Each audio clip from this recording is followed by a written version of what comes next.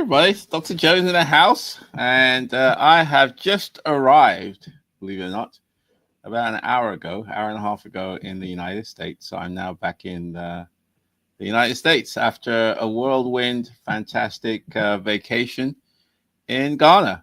A wonderful time, beautiful time, and great experience. Saw family, friends, traveled around the country and savored the culture, the music, the people, the food, the nightlife, the entertainment. It was good, and so I'm now back in the U.S. It's been about just over an hour ago. Still trying to readjust to the time difference. There are 5 hours ahead of us, so technically it's about midnight over there, and so on. So I'm going to try and see if I can keep this Wealth Wednesday a little bit brief, so I can try and get some sleep and try and readjust to the US, time zone and everything. So anyway, so today's session, we're going to talk about real estate and lifestyle design, specifically, when to hold and when to sell and when to travel, I suppose, have a good time and, and really enjoy the fruits of your labors, as they say. Real estate, in my opinion, is a means to an end. It's not the end, it's the means to the end. The end is, the ability to take control of your life, take control of your time, do things that are important to you. And, real estate allows that to happen. It's a slow process. It's not something that happens overnight. It takes many, many years, especially the strategy I do, which is buy and hold. And but it does work, and so I kind of want to talk about that today, just based on the fact that having spent the last couple of weeks or so, 2.5 weeks in Ghana, and believe it or not, I'm traveling again next Saturday. I'm going to Trinidad and Tobago. I'll be going over there for a couple of weeks. They have a carnival, one of the famous carnivals in Trinidad. So I haven't been there before. So, I will be going to Trinidad and Tobago. So I'll be heading out next Saturday, not this Saturday, Saturday after. So I said my goal is to do more travel, as you know. And, at some point, as I said before, you have to enjoy the fruits of the labor. And that's why I want to, hopefully motivate you into taking action and, and really taking real estate seriously. There's a lot of stuff going on in DC, Washington, DC, and also in the US based on what the current government is doing. And so at some point, we need to focus on taking control as opposed to giving control to other people to dictate our destiny and our financial independence and things like that. Okay, so let's get going. Again, hope you're doing well wherever you are. And if you got some questions, as always, put them in the chat box. I'll be getting to them about 20 minutes from now. And if you want to book a one-on-one with me, I'm now back in the US, so you can schedule a one-on-one with me. Anything to do with real estate, any questions, any issues, deal that you're looking at, any tenant issues, problems, please book a one-on-one with me. And I'll be more than happy to spend some time and do a deep dive. I think I'll go on tomorrow, I think.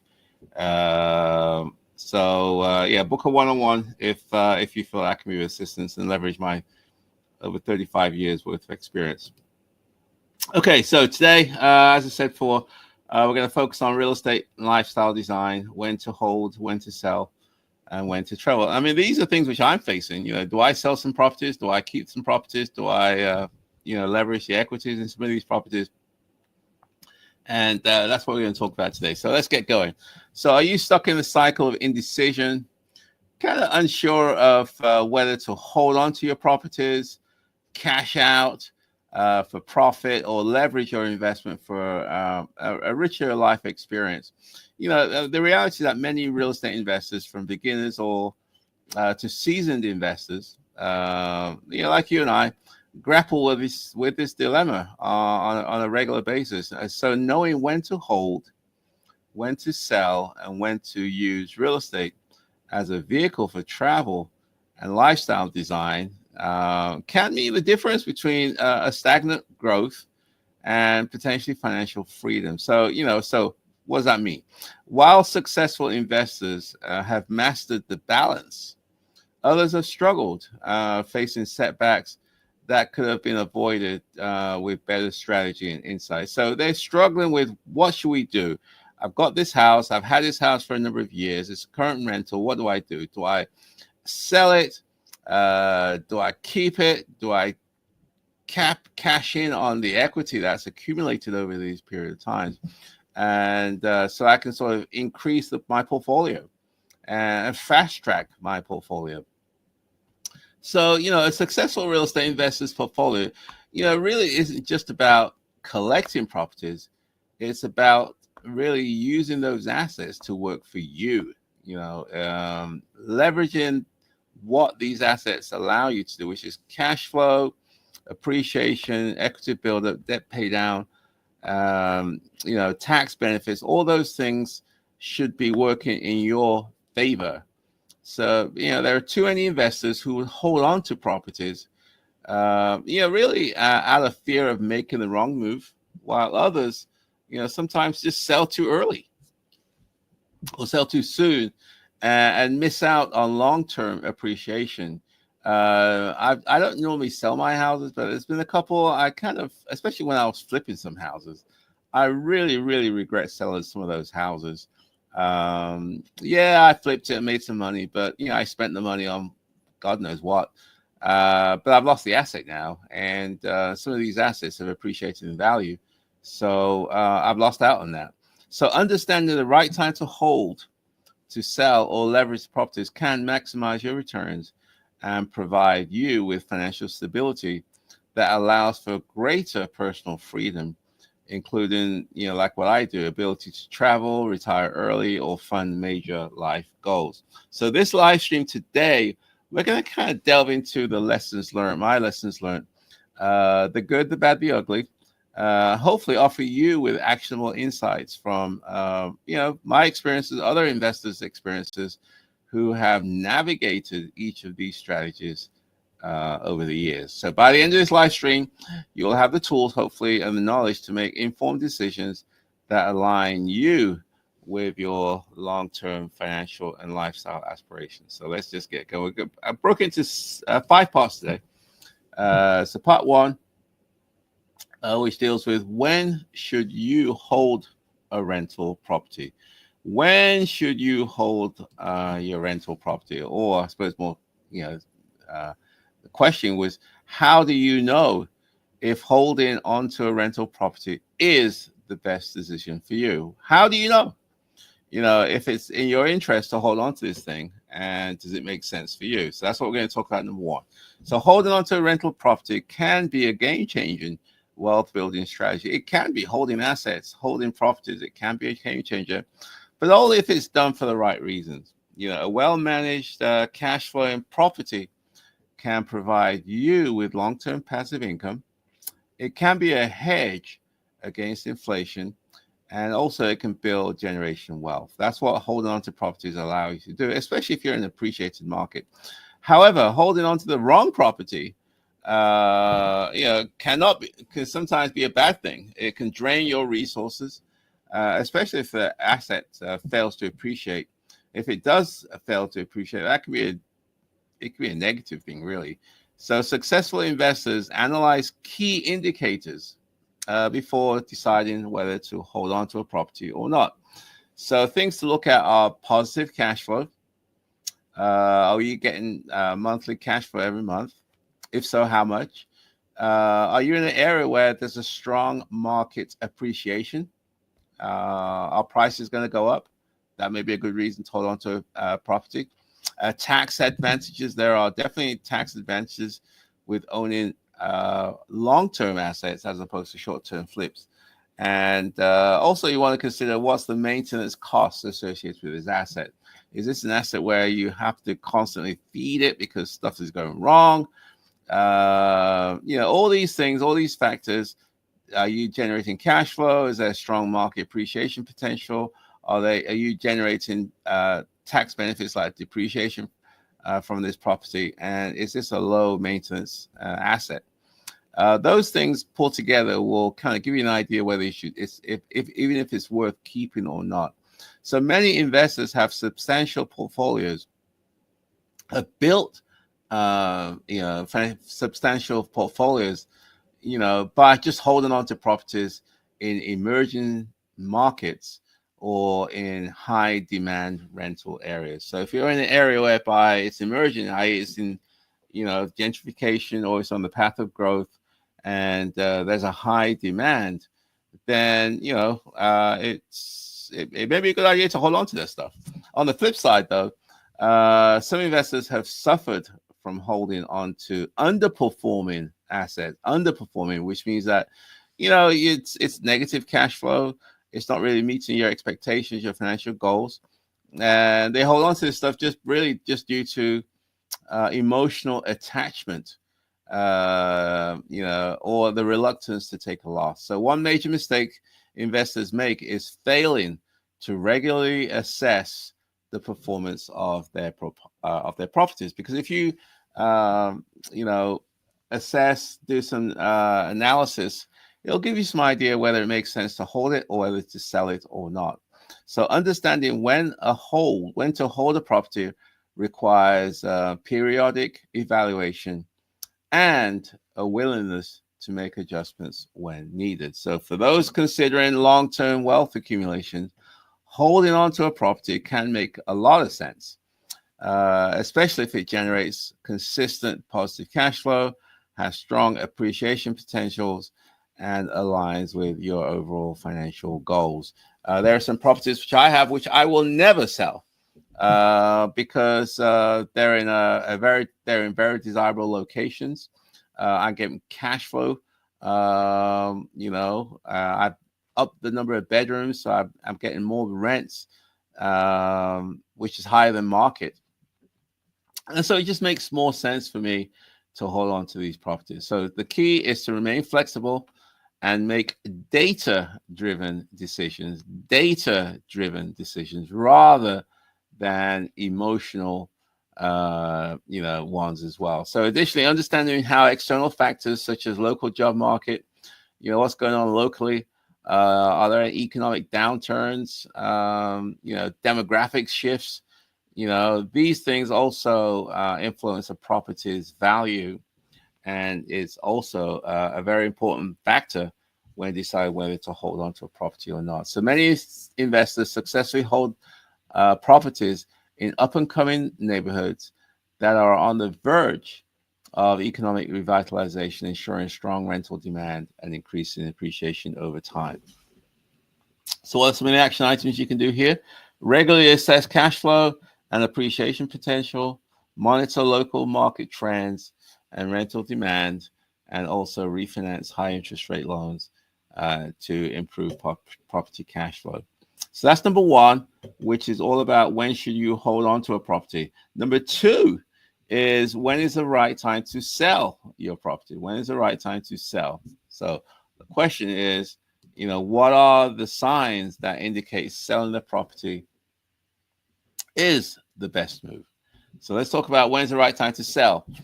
Selling a property can unlock capital for bigger and better opportunities, but also the key is timing. Are you selling at the right time? And I'll talk about what that time means. So many investors hesitate to sell, worried about missing out on future appreciation. Yes, I probably fall into that bracket as well, while others rush into it without really having a clear strategy. Successful real estate investors sell when they recognize peak market conditions, prices are high buyer demand. There's a lot of demand for your property. And also if there are diminishing profitability, i.e. profits are going down due to things like increasing maintenance costs or declining rental demand. So these are some of the things to consider, and so on. So other cash out, others cash out to reinvest in high yield properties or to fund major life goals such as early retirement or extensive travel. What I'm saying here is sometimes you just sell because you want to have a good time. You've got other assets that you want to sort of move into, and you need money, and so on. So there are definitely reasons why people sell. However, those who sell too soon without considering capital gain taxes, reinvestment strategies, or even market conditions can often regret their decisions, especially if you're subject to short-term capital gain. Another downsides of selling a property. So knowing when to sell involves a deep understanding of the real estate market locally where you are. And therefore, investors who track property values, interest rates, and economic conditions can really make informed decisions about when to exit. So you're not sort of selling based on gut feelings or impulse. No, you are based on informed decisions by such things as you're tracking property values, your interest rates locally, and also the economic conditions associated with where your property is located. So selling at the right time can mean significant financial boost that allows for future investment or lifestyle upgrades. So there's a good time to sell. Obviously, you want to sell when people are buying, and it doesn't really make a whole lot of sense to sell. You want to sell when people are buying, and you don't want to sell really unless you have to when people are not buying. So if you have things like increase in expenses due to things like insurance, property taxes, maintenance costs, it may be a good sign to sell at that point. So what you need to do is to evaluate whether a property's earning potential is declining, i.e., the amount of money you're making from this property is declining over time, and that will then determine whether it makes sense to cash out and move on. So what are some of the action items associated with, when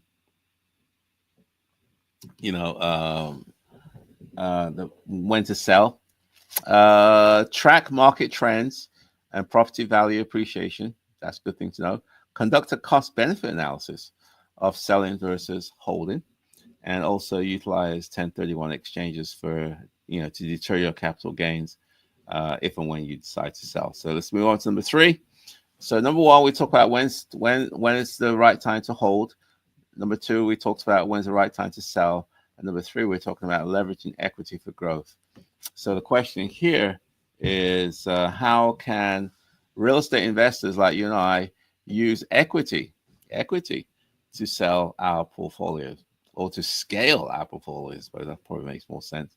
So rather than selling, many investors choose to leverage their property's equity to expand their portfolio. So you don't have to always sell. You can leverage the equity. So you can tap into that equity either through refinancing, get a home equity line of credit, a HELOC, or you can do a cash out refinance. So investors who successfully leverage equity do so with a clear plan. They want to reinvest in the properties or new properties, and that promise better or more attractive returns. Also, it can help you fund your renovations to increase the rental income. So, however, misusing equity, such as taking out cash for unnecessary expenses, crazy stuff, new cars, new doodads, as Robert Kiyosaki talks about. If you waste that, then it could lead you into financial strain. So leveraging equity is particularly beneficial for investors seeking to scale their portfolios without having to sell any of their profitable assets. So by refinancing at the right time, investors can also increase their buying power while keeping their their best performing properties. So you don't always have to sell it in order to leverage the power of the asset that you have. One of the things that we could do is to get a home equity line of credit, which will then allow you to tap into the equity associated with the asset. So understanding the cost of borrowing and how debt affects your overall financial health is very important. And Investors must ensure that they do not over leverage. Don't max out the loan of your, especially your rental properties, because excessive borrowing can erode profits and expose the assets, I suppose, to financial risk, especially if during the economic downturns. So, what are some of the action items associated with leveraging equity for growth? Calculate your property's equity uh, and borrowing potential. Use funds to acquire cash flowing properties and also refinance strategically to lower interest rates and increase cash flow. So again, if you got some questions, put them in the chat box. I'm going to get to you in about 5 to 10 minutes. Anything to the real estate. Likewise, if you want to book a one-on-one with me, you can do so by going to www.joeasamoah.com, www.joeasamoah.com, and you can sign up for a Ask Dr. Joe one-on-one consult. They are really, really good. There's no point getting stuck, getting frustrated. Leverage the talents and my expertise and experience, hopefully to your benefit as well. So let's keep going. Number 4, using real estate to fund a life of travel. This is what I'm doing, using real estate to fund a life of travel. I suppose the question is, how can real estate investments provide financial freedom for travel? How can real estate investments provide financial freedom for travel? That's a good question. Well, many investors, real estate investors anyway, they want to use real estate to create a financial freedom, and travel is one of the biggest lifestyle goals it can support. So by structuring investments strategically, investors can generate passive income that funds extended vacations or even, a nomadic lifestyle where you're kind of roaming from place to place. So cash flow rental properties, short-term vacation rentals, and also strategic refinancing can all be tools to make this vision a reality. Successful investors like you and I have really used real estate to fund travel, focus on properties that require minimal, I suppose, hands-on management. They either outsource property management to professionals or utilize technology to automate tasks such as rent collection, debt management, and things like that. Okay, so again, great communication is really important in this space here. So having a well-structured real estate portfolio allows these types of investors the best of both worlds, earning income while traveling. Okay, additionally, investors can leverage refinancing and home equity lines of credit, HELOCs, to fund travel without disrupting their long-term investment. I'm a strong proponent of leveraging the powers that you have, leveraging the assets that you have, and hopefully it allows you to buy more properties, stabilize some of the properties that you have, and hopefully allow you to gain financial independence over a period of time. So what are some of the action items associated with using real estate to fund a life of travel, I suppose? What are some of the things that you may want to consider? I suppose, optimize rental properties for passive income, automate property management for minimal oversight, and also use refinancing or HELOCs to fund travel goals. So let's get straight to number 5. We got 5. I think that's going to be the last one's 5. Then we're going to do the Q&A shortly. So get your questions together and fire away. I'd be more than happy to try my best to answer some of the questions that you have. So what are the biggest mistakes that real estate investors have made or are making, and how can you try to avoid that? So that's what we're going to talk about next. Is what are the biggest mistakes investors make and how can they be avoided? Well, even experienced investors make mistakes. I mean, I've made mistakes. I'm sure you've made mistakes. It is what it is, but it's really important to understand the common pitfalls, and hopefully that will allow you to learn from your mistakes, and hopefully avoid making the same mistakes in the future. So one of the biggest mistakes that investors have is over leveraging. Over leveraging, that's a good one. Taking on too much debt without a solid cash flow plan. So taking too much debt, and the bottom line is that the landlord wants their money, and if you're hard up, it could be a problem. So one of the biggest mistakes is over leveraging and taking on too much debt without a solid cash flow plan. So investors who borrow excessively may find themselves struggling to meet mortgage payments during economic downturns or rental vacancies. So another common pitfall is failing to conduct proper due diligence. Yes, proper due diligence. So some investors purchase properties in declining markets, and they focus on evaluating maintenance and also rental demand in that area. This can lead to long-term losses, making it difficult to achieve financial independence. Oh, I'm sorry, I haven't slept. Okay, some of the action items. Avoid over leveraging by maintaining a balanced debt to income ratio. Conduct a thorough market research before purchasing a property, and set up a reserve fund to cover unexpected expenses and property maintenance. So let's just get down to wrapping it up. I'm going to talk about conclusion. So really, by making informed decisions about when to hold, sell, or leverage, it really can transform your investment strategy and your lifestyle. So by understanding market conditions, assessing property performance, and also utilizing smart financial strategies, investors can build a sustainable, and in my opinion, a profitable portfolio. So for those seeking financial freedom, real estate provides the flexibility. It really does. The flexibility to create passive income, travel, enjoy life without constant financial stress. The key is to align investment decisions with your long-term goals.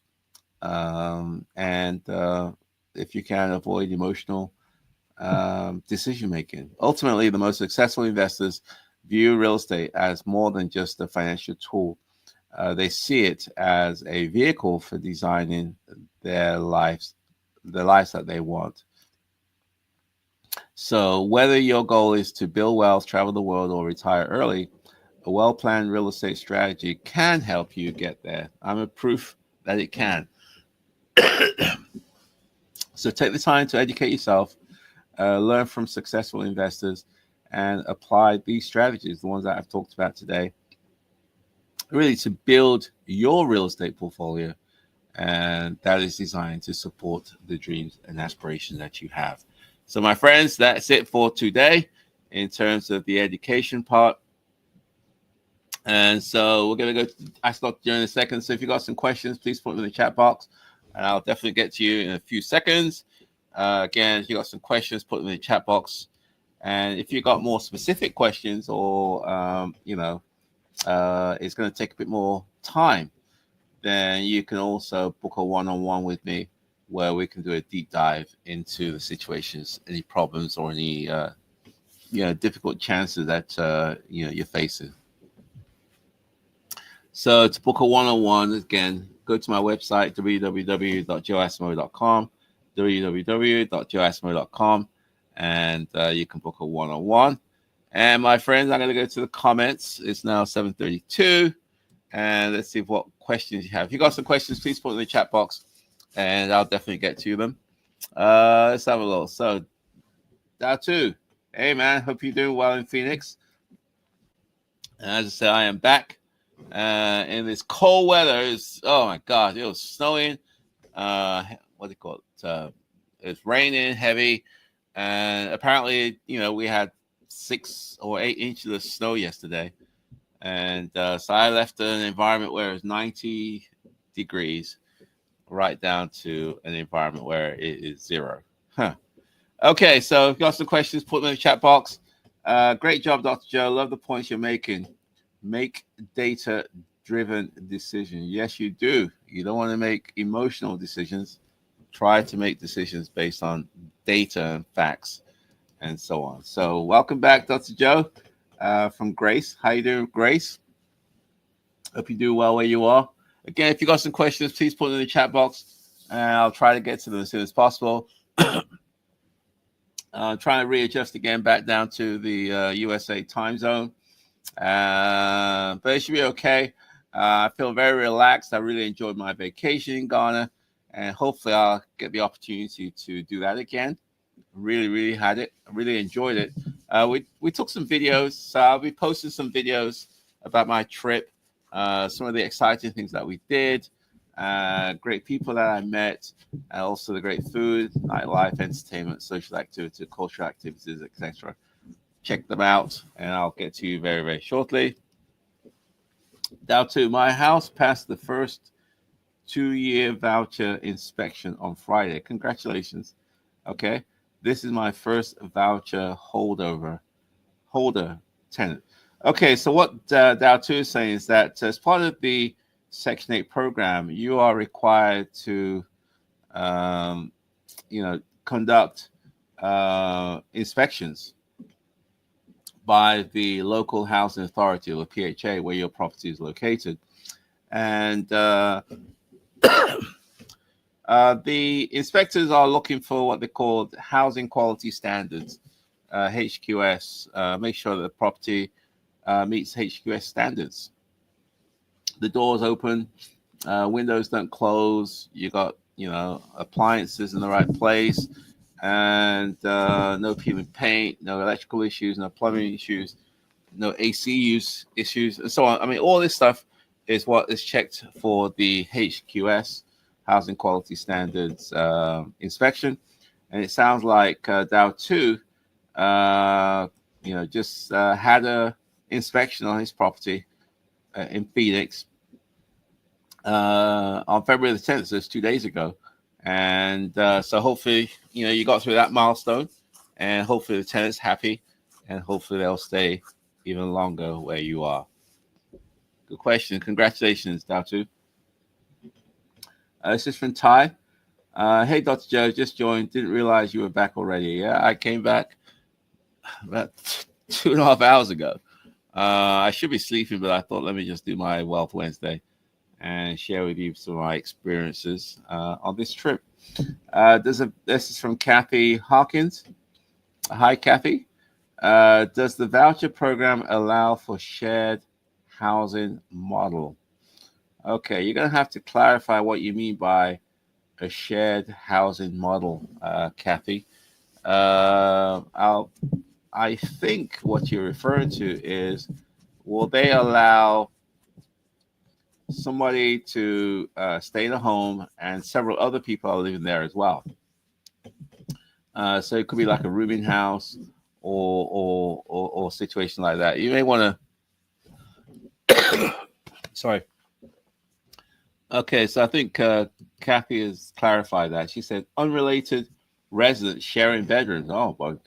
I do not think DCHA, or not DCHA, but Section 8 will allow you as a landlord to rent a house to a family. Let's say you rented a 4-bedroom house, and there are other people living there, and they're also sharing bedrooms.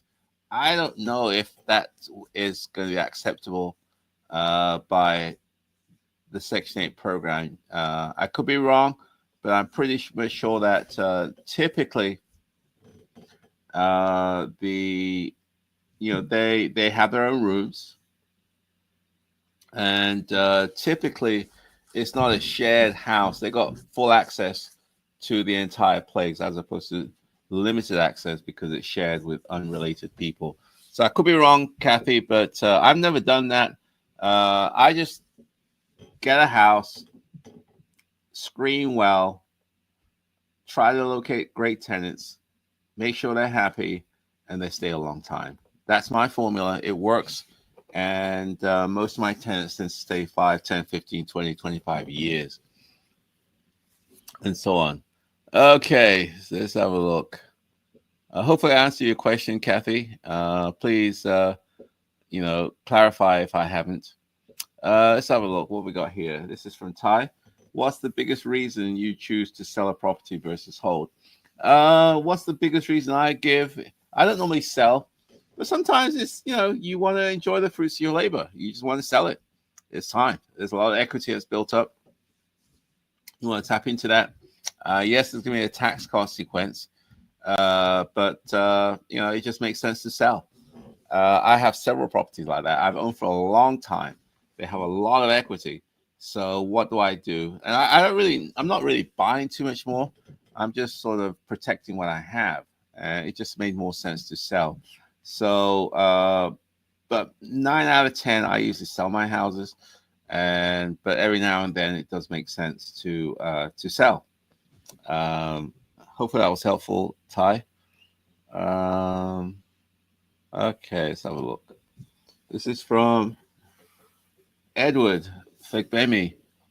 You got no. I'm not sure what that refers to.